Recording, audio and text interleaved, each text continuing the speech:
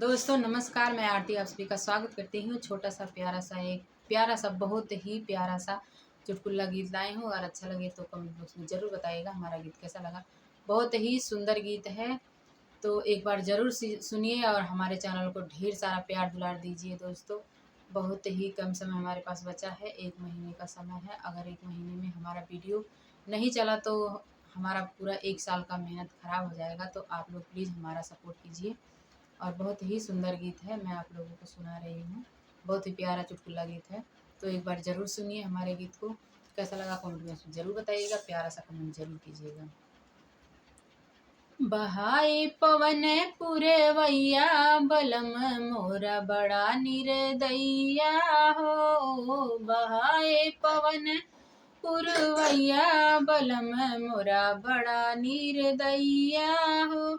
अपने बलम जाके सूते वो सरवा, अपने बलम जाके सूते वो सरवा। हमके सुतावे न सैया बलम मोरा बड़ा निर्दयिया हो। ओ हमके सुतावे न सैया बलम मोरा बड़ा निर्दयिया हो। बहाए पवन पुरवैया बलम मोरा बड़ा निर्दयिया हो। बहाए पवन पुरवैया बलम मोरा बड़ा निर्दयिया हो।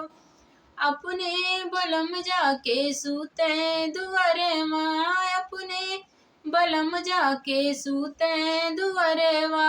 हमके सुतावे न सैया बलम मोरा बड़ा निर्दयिया हो। हमके सुतावे न सैया बलम मोरा बड़ा निर्दयिया हो। बहाए पवन पुरवैया बलम मोरा बड़ा निर्दयिया हो। बहाए पवन पुरवैया बलम मोरा बड़ा निर्दयिया हो।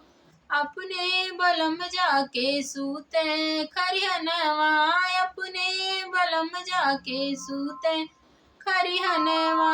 हमके सुतावे न सैया बलम मोरा बड़ा निर्दयिया हो। बहाए पवन पुरवैया बलम मोरा बड़ा निर्दयिया हो। बहाए पवन पुरवैया बलम मोरा बड़ा निर्दयिया हो।